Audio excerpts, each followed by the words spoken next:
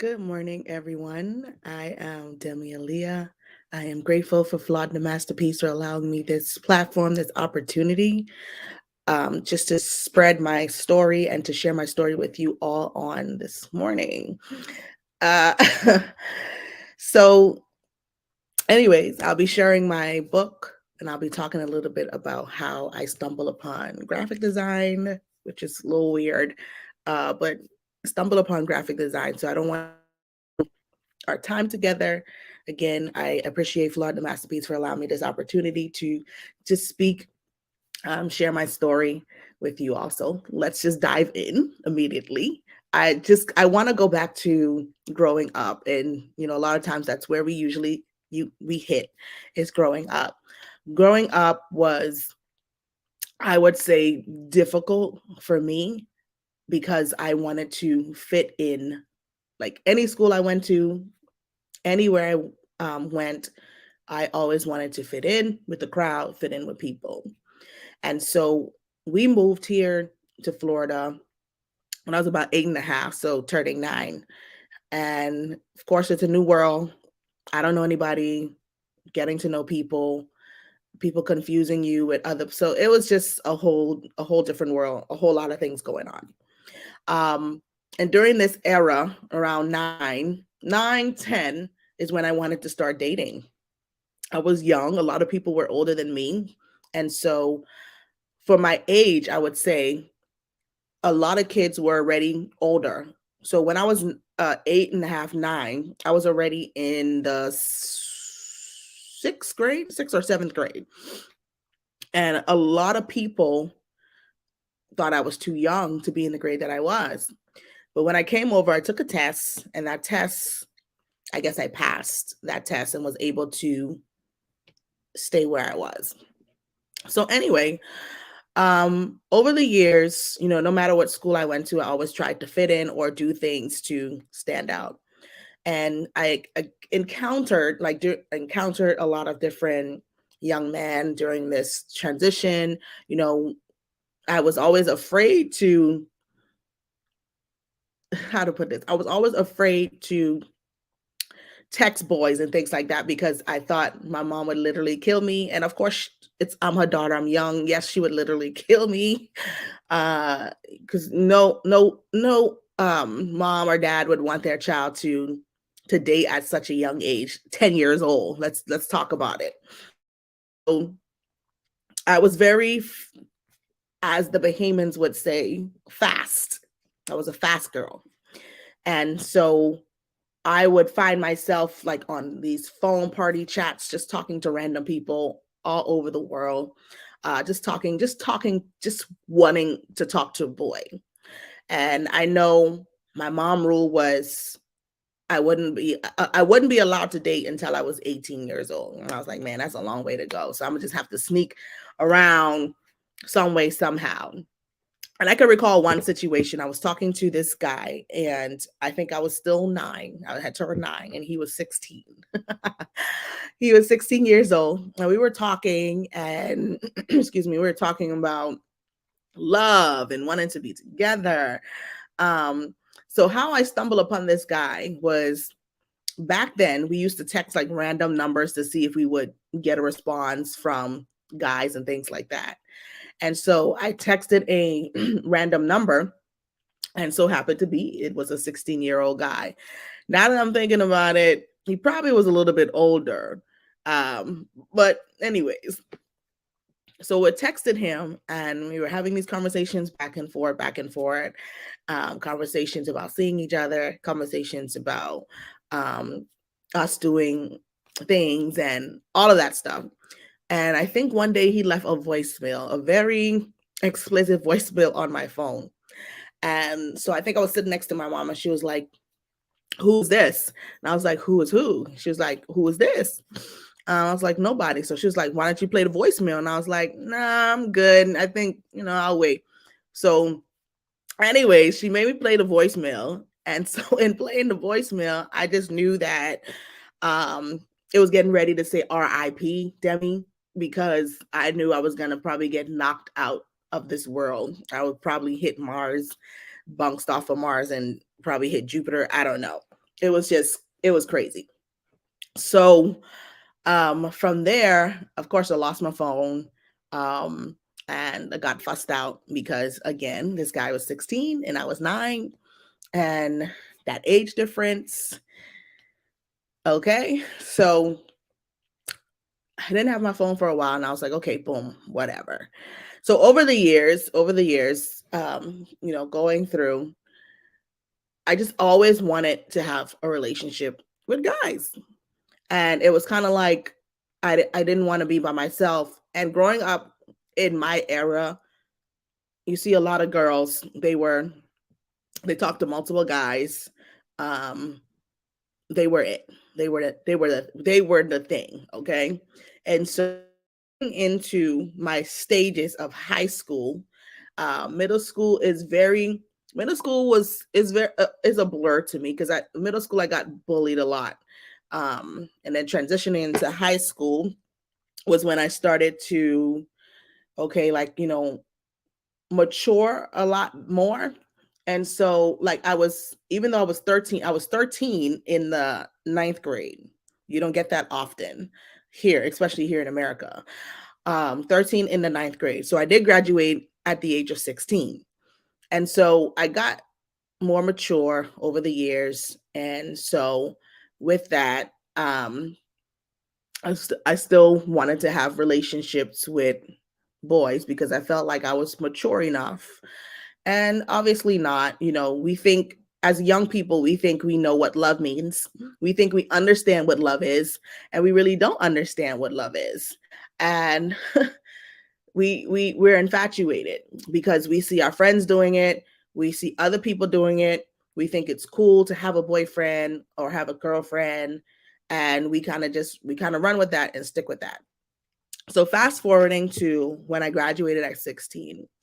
So graduating at 16, I didn't know what I wanted to do. Everybody knew what college they wanted to go to. They knew um, the job that they wanted to do as far as their careers. And I'm like, I don't know what I want to do. It's like almost a month of graduation. I don't know what I want to do. And so I asked everybody, I'm like, dang, what are y'all going to school for? Everybody was like, registered nurse. So I was like, I guess I'll be a registered nurse too. Why not? Let's just say that wasn't my portion because it was not for me to see people dying. I just couldn't deal with that. And so I decided, okay, I wanted to go to this HBCU in Daytona. That never worked out. So I felt like everything that I tried to do to get out of this city never worked. It was like I was attached to this place, and it was so frustrating because I'm like, everyone's going to college, everyone's prospering, everyone's doing well. And, my mom was like, the race is not for the swift. You have to understand the race is not for the swift. And I'm like, I didn't want to hear that. I was like, everyone's going to college. They're experiencing college. They're experiencing good time. And, I'm like, I don't want to hear right now the race is not for the swift. I don't care about the race is not for the swift. I want to go to college and experience college life. That's what I want to do right now. And so and that wasn't working. It wasn't working for me. And I was like, man, to this day, I still have never experienced college life per se. I've gone to college, but I've never experienced the college life, like living in a dorm, getting the feel of that, going through that era. Never done it. So, right. Graduated at 16. Beautiful. I took a year off of college. And so in that year of college, I was like, man, I'm 16 years old. I don't know what to do. Everyone's off to college. Everyone's doing their thing. Everyone's living their lives. And the reason I couldn't go to college was due to my green card status. I wasn't able to go to school yet. And so I was just like, oh my God, everyone's living life. No one's in Palm Bay anymore. Everyone's gone. Everyone's just, it's just me here. All my friends are gone. They're in college, making new friends. And I'm just home every day, 24/7. Nothing to do. Nothing, like just literally, when I mean nothing to do, nothing to do. And so my mom would ask me, hey, you want to come with me? And I'm like, no, because she would go to church and be at church all day. And I'm like, no, I prefer to stay home and be bored and do nothing. And so over the course of those months in that year, I was like, I need to find something to do. I need to find something to do in my life, because if I don't, I'm going to lose my mind. So I was like, okay, well, maybe I should teach myself how to sew clothes. So I started that for a little bit, started sewing clothes, started learning how to sew clothes. And then we ended up building a room for me, a room that I can store my, my sewing stuff in. And that wasn't enough. I was like, okay, well, I'm learning this, but I was lazy in doing it and learning it. So like one day it'll spark and I'm like, okay, let's go sew something. And then the next day I'm like, I really, I don't want to do this. I want to get out this house because I'm driving myself crazy. So I was like, okay, maybe I'll start YouTube. Excuse me. Maybe I'll start singing on YouTube. Lord knows that didn't work. Okay. So if you go on YouTube, well, I won't tell you my old YouTube name, but if you happen to stumble upon a video of me singing, don't worry about it. Okay. I was 16, 17 around those. Don't worry about it. So anyways, during that year, I decided that I was going to write a book, right? I was going to write a book. It was actually first called Roller Coaster Love. And when I started the book and I started writing, oh my God, I just couldn't stop. I just could not stop writing.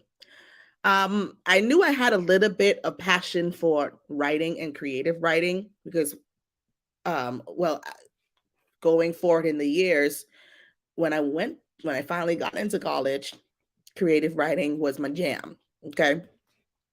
So I started writing this book, and this book, it just stemmed from a place of where I got rejected by so many boys, or young men, because they're young men now, got rejected by these young men. And it was like I was trying to figure out what was going on and why I was not able to really establish a relationship with these guys. And I knew I was young. And, going back to saying, when you're young, you think you're in love. You think you know everything about love. Like the same thing, you think you know everything about relationships and friendships and best friends. You think you know everything and you think you can handle everything. And so for me, I was very secretive. I was a very secretive child. And so I would do a lot of things in secret. And then when I got in trouble for them, I would get bent out of shape. And I would, just be upset, be mad, be angry about everything. And I think over the years, that's where a lot of my anger kind of stemmed from, is from a lot of these young men, and in general, just kind of growing up. But that's another story for another time. So anyways, I wrote this book. In like every relationship that I've encountered, there was a story. And so I wrote this book for young ladies that may be going through a rough patch with really understanding relationships at a young age.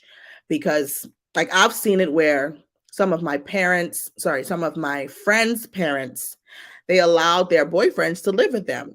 And I was like, well, why my mom can't do that? Why she can't be cool like that? Why can't I mean, he can live in he could stay in another room. We're not going to do nothing. We're not going to do nothing. Right? So I was like, man, she's not cool. Like, she's just so lame. She's just so strict all the time. Like, can't do nothing. And so I used to envy my friends whose parents would allow their boyfriends to come over or, stay the night or live with them, like things like that. And so, but anyways, back to the book. So I wrote this book for young women who may be struggling with understanding relationships and understanding the different types of men that you may encounter. our experiences may be different, but at the end of the day, we know there's a similar story on how these young men are. We've heard before, time after time after time after time, that we know that men, they only look for one thing, and they only want one thing from us, which is sex, right? And that's what we have been, taught, that this is what men want. And in reality, yes, that is 100% the truth, is that's usually what they want. And so, stemming from this book, I wrote my experiences from what happened, and we'll talk about the book a little bit later, because I do want to read a chapter to you guys. So even as I'm speaking to you guys, I'm remembering, the times that, like, even relationships that I haven't mentioned in this book, because they were kind of like, what you call those relations, sexting. Yes, everyone's familiar. I hope you're familiar with sexting. If you're not, sexting is a form of texting explicit text messages to somebody else, sharing explicit pictures to somebody else. And so in my era of trying to understand who I was and trying to understand the different types of relationships, I started connecting with different men on these, what do you call these different these apps and things that they had for actually younger children, but a lot of grown men were actually on these apps for younger children to connect. And as I'm talking now, I'm like so creeped out, just thinking back on it, because in your young mind, you don't really care. You just want somebody to talk to. You just want a relationship. So you're not thinking about predators. You're not thinking about rapists. You're not thinking about anything like that. You're just wanting to have a good time. And so I could remember times from, talking to guys from around the world, and they would ask me to send explicit pictures, or they'll ask me to have phone sex, or they'll ask me to do sexting. And so because I wanted to keep them, because I felt like I was in competition with other women, and so because I wanted to keep them and be that one person that they talk to every single day, all the time, like around the clock, I would do these things. And I would constantly do these things every day, every day, every day. And I felt during the time that I was doing it, I didn't feel any conviction. Any conviction. Again, I wanted to fit in, and I wanted to keep these men attracted to me, attracted to my body, attracted to my mind. All of these things is what I wanted to do. And I wasn't understanding how much I was damaging my body, damaging myself, damaging my relationship with Christ, because I wanted something, and not realizing that these men, this is all they wanted. So the conversations were cockamamie conversations, and it just dived right into, hey, what are you doing? Oh, hey, what color panties are you wearing? Um, or hey, can you send me a picture of your boobs? Or, and it was just like a constant everyday thing. There was no substance in the conversation. There was nothing. There was nothing to give, nothing to take. And so I think I've done that I think I did it for over maybe a year or two. And this was actually before I wrote my book. This was when I was still in high school, actually, getting ready to graduate. I think I was, still in the 12th grade, still trying to figure out life, still trying to figure out what I wanted to do. Didn't know what I wanted to do, just lost in the sauce all day long.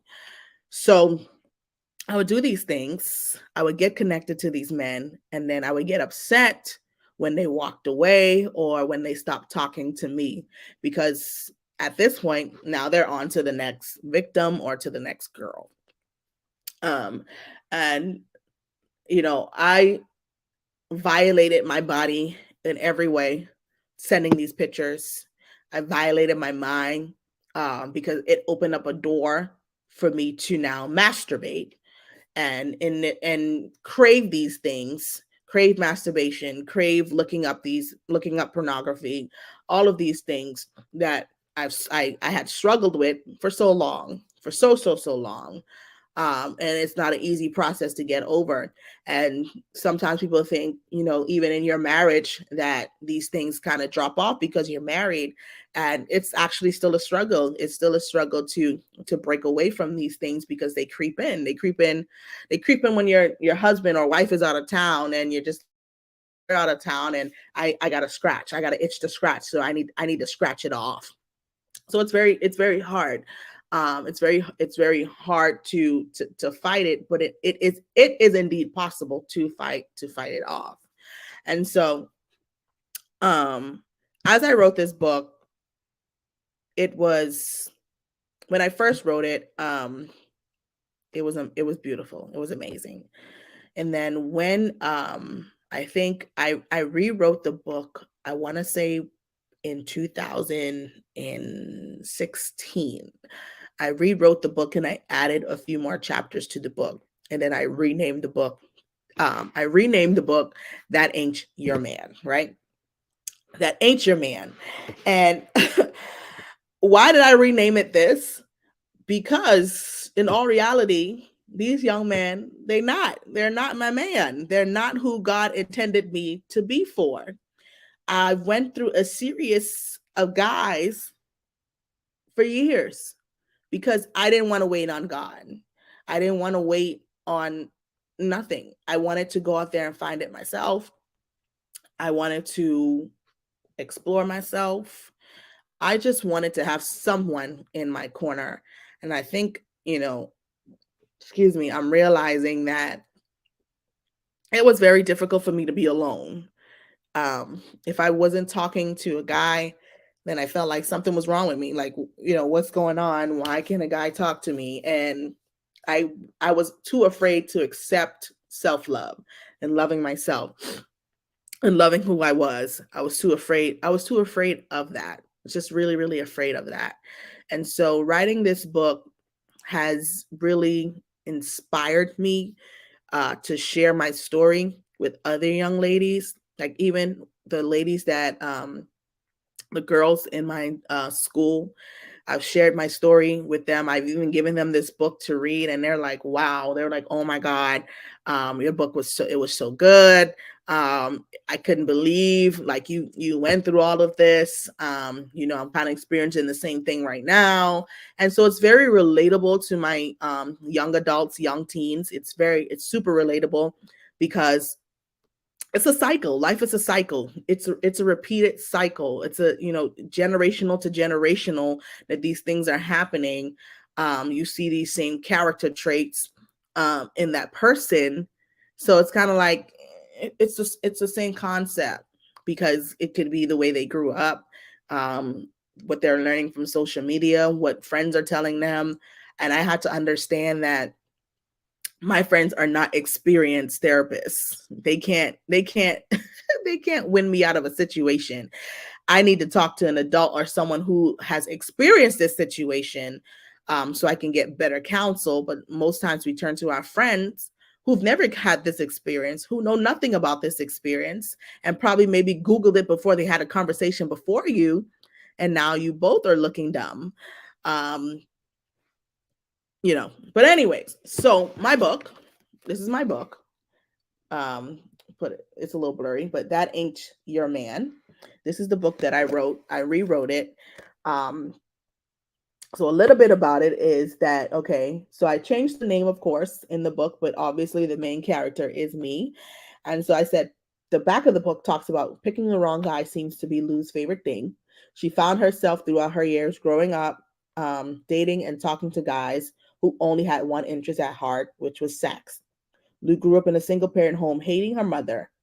It was until she became overage, she then realized that she should have listened to her mother. Lou would sneak out most nights and hang with boys that were legal overage. It's something that makes a girl want to grow up too fast. And for me, it's so funny. I've always loved, however you want to put it, older men. Always. It's always been an attraction to older guys. And so let's go back to the 9 and the 16, right? That age difference was wow. Okay. So I was always very fond of these older guys. And so growing up in that, time, it talked about how I did hate my mom. Um, I did. Honestly, I did. Because I hated the way how things were ran. I felt like um, she wasn't a good listener, and I felt like she didn't really understand me. So I always felt like I was the black sheep of the family, and I stayed to myself. I didn't talk to my siblings. I was just always to myself. And like now that I'm adult, I'm realizing all of the things. I'm understanding who I am. I'm understanding my part of my life growing up, and understanding how is it where is it taking me now, and really understanding who I am as a person, and understanding where my anger has stemmed from, where me not speaking to people stem from. And I'm just learning. I'm just really learning myself, learning who I am through therapy. Yes, through therapy, because therapy is really good for you, and it really helps you. So I'm beginning to understand that my life back then is not who I am today, but it has affected who I am because I haven't let go of the past, and I haven't let go of the things that may have hurt me, the people that may have hurt me. I'm still holding on to that. And so, I mean, I just really want to be an encouragement to you all, to you ladies, just to let you know to stand strong, just to be patient and to waiting the waiting game sucks. It sucks so bad. um but in the end, the waiting, perfect, it's beautiful. It's everything you intended to be, everything that God has intended to be for your life. And I'm super excited for the journey that he's getting ready to take me, the journey that he's getting ready to take you, as we stand still and know that the race is not for the swift. And it took me a long time to understand that the race is not for the swift, because for me, I like things done like immediately. Like if I ask somebody to do something, I want their brain to be like, okay, do it now, because she wants you to do it now. Um, that's how I operate, and I have to realize that not everybody is like me. Not everybody move like me. It's gonna take them some time to finish a task or to do something.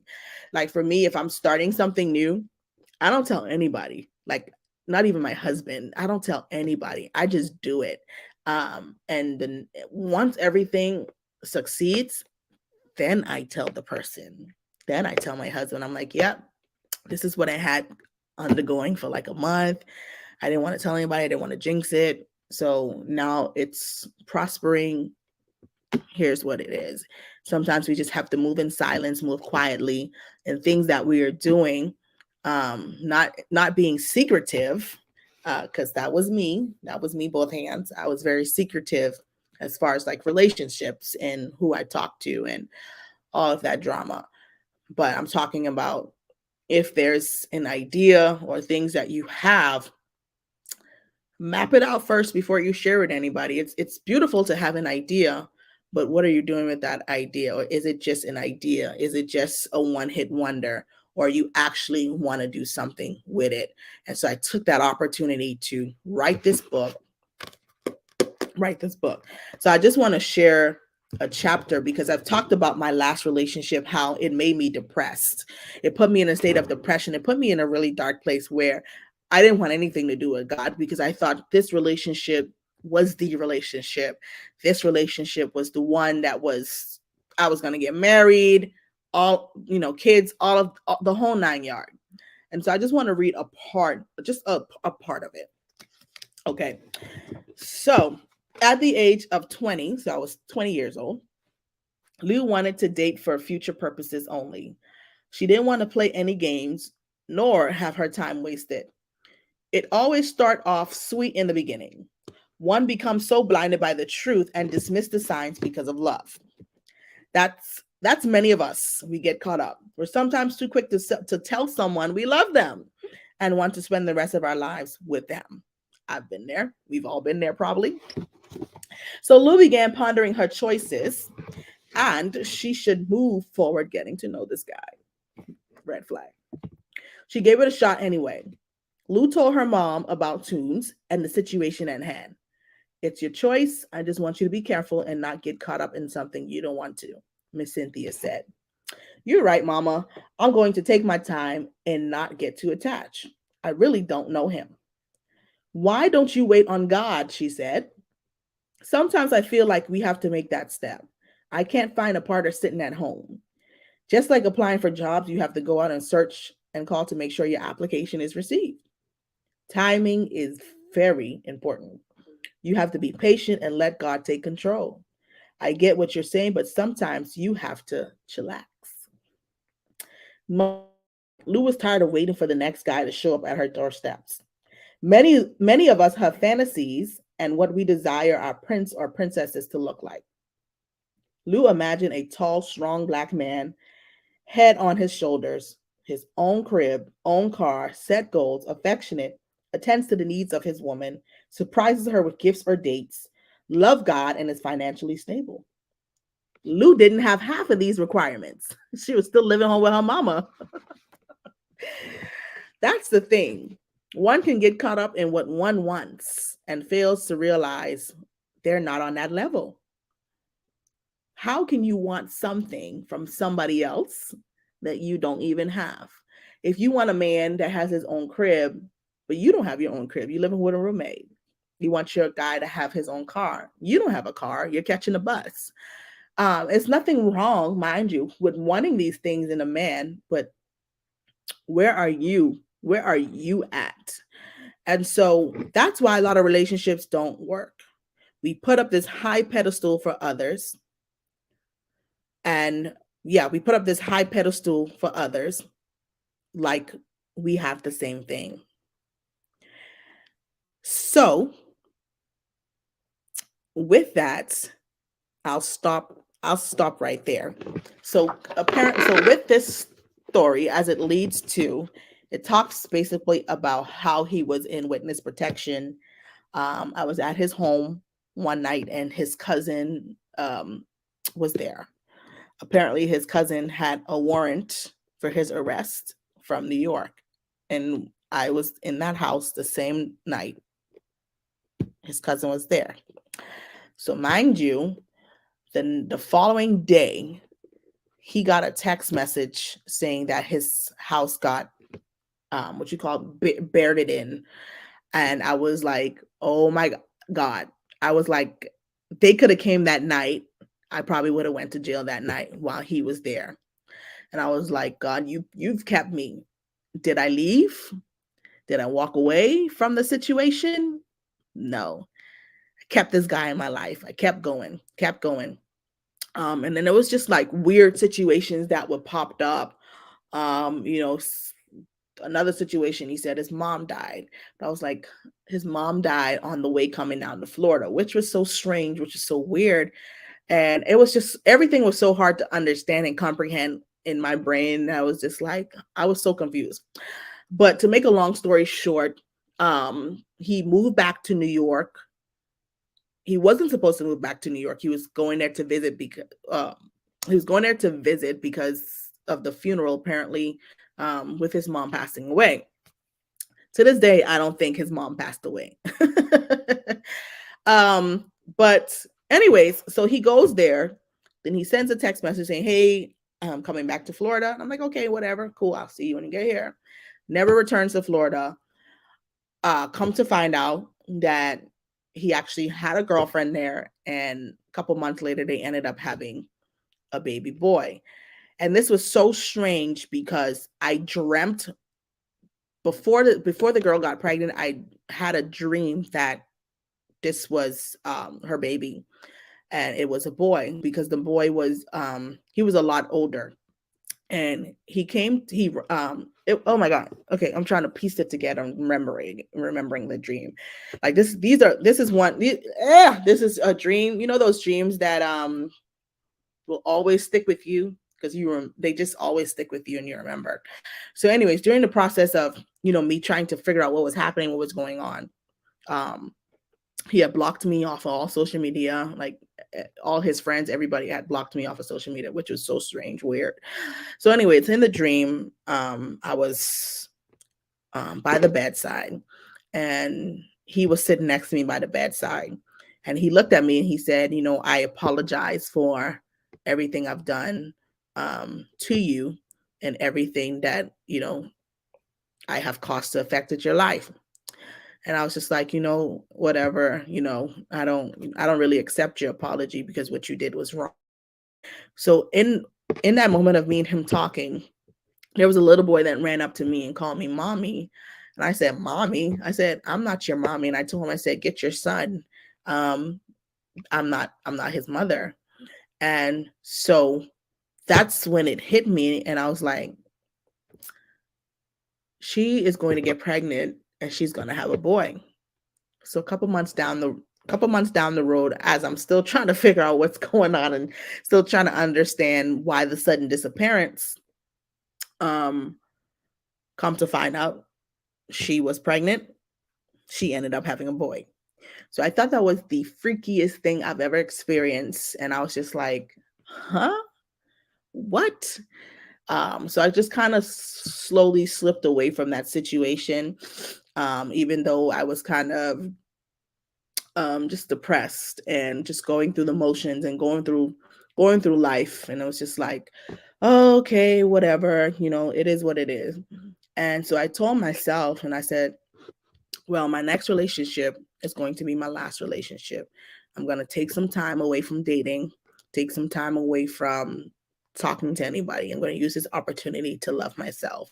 I'm going to use this opportunity to grow more in Christ, and not focus on a relationship.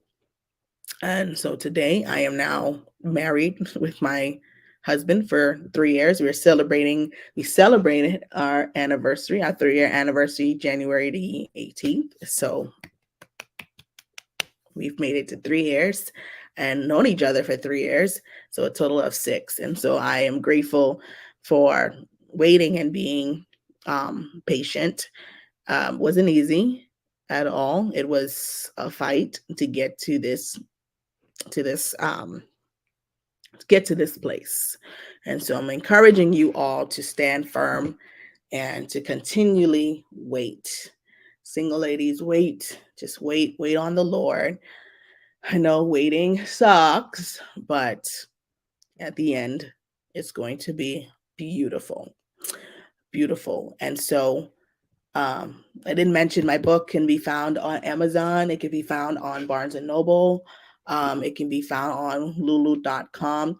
And if you are in the process of writing your book, finish that book, girl. Finish that book. Just finish that book. If you have to set aside an hour a day to write a chapter, finish your book. That's kind of what I did. I set aside time to write. I did one chapter, like 1 or 2 chapters per day, and that's how it built up. And so I think I have about 20. This book, I believe, has about 16, or let me double check, because after I rewrote the book, I wanted to make sure that there was actually enough information. So there's actually 13 chapters in this book, 13 chapters that I wrote. And so if you are in the process of writing your book, go ahead and write it. If you are on your second book and you are procrastinating like me, go ahead and start writing your book. I'm excited about the second book that I'm getting ready to write. I'm excited. I'm excited. It's a hard one. It's a really hard one to write. It's a very emotional one to write, but it needs to be said. It needs to be said. Full transparency, full everything that will be in that book. And so, yeah. If you're writing a book, go ahead and write that book. Stop procrastinating. Stop letting people tell you that it's not going to be a good book. Stop letting people give their input about the book. Just write the book. And then once the book is printed, like I did, print it and finalize, then let them know, hey, I wrote a book, buy the book. Plain and simple. They don't need to know anything about your process.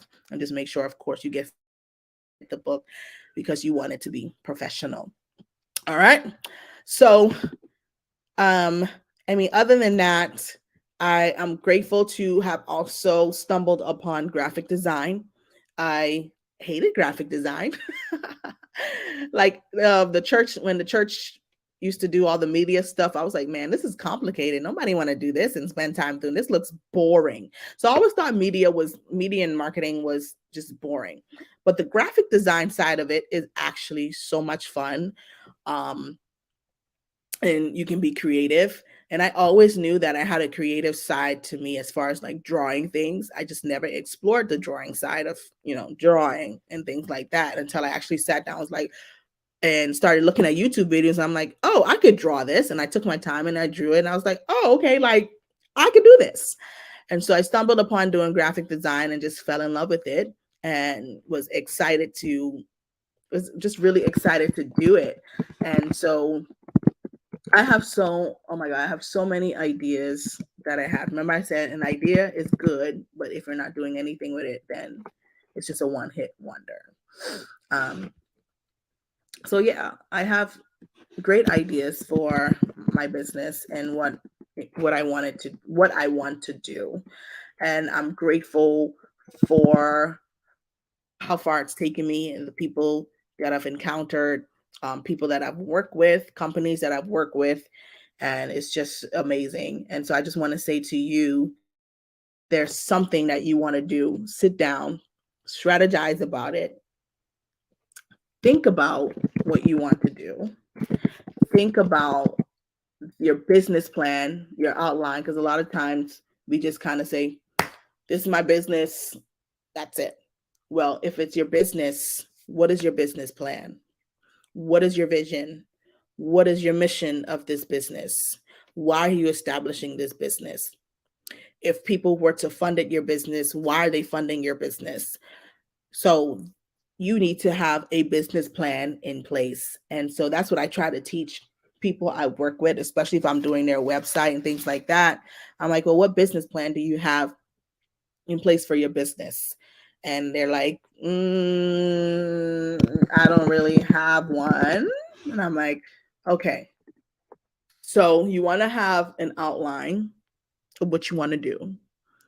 Sometimes we're going off of here, but if you want to really be successful, you need to have a plan in action as far as what growth do you want to see this business, and as far as how are you going to market this business, because you got to spend time marketing. You have to spend time getting people getting to know your business.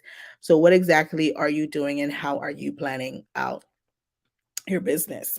And so just to throw it out there, if you do need me, you can find me at giftedgraphicdesigns.com. Hold on, let me get it for you. giftedgraphicdesigns.com. If you need any of my services, I'm very reasonable and you can reach out to me and I'll be more than happy to help you. Or if you just want a quick free consultation of my help, I am more than happy to do that and to talk with you and to get you started on your business. You can also find that on my website with a quick consultation. It's free. And maybe you just want some advice and I can give that to you as well.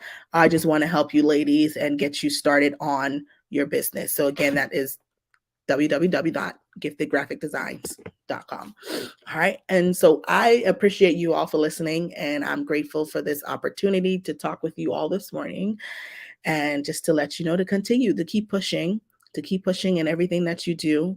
Let your words be impeccable. Shout out to Apostle for that. Let your words be impeccable in everything that you are doing. Show integrity. Be integrous. Yes. And I thank you all again for listening. And if you want to get my book again, you can find that on Amazon, Barnes & Nobles, or Lulu. This is perfect for anyone that has young teenagers, young readers, to share this book. It's a really good read for them, a really good book. But yeah, I'm grateful. I'm thankful. Thank you all again. Thank you, Flawed the Masterpiece, for this platform for me to share a little bit about my book, a little bit about my story and how I was able to get to, and a little bit about my current business now. So thank you all. Blessings to you all. May you enjoy the rest of your day. Bye-bye.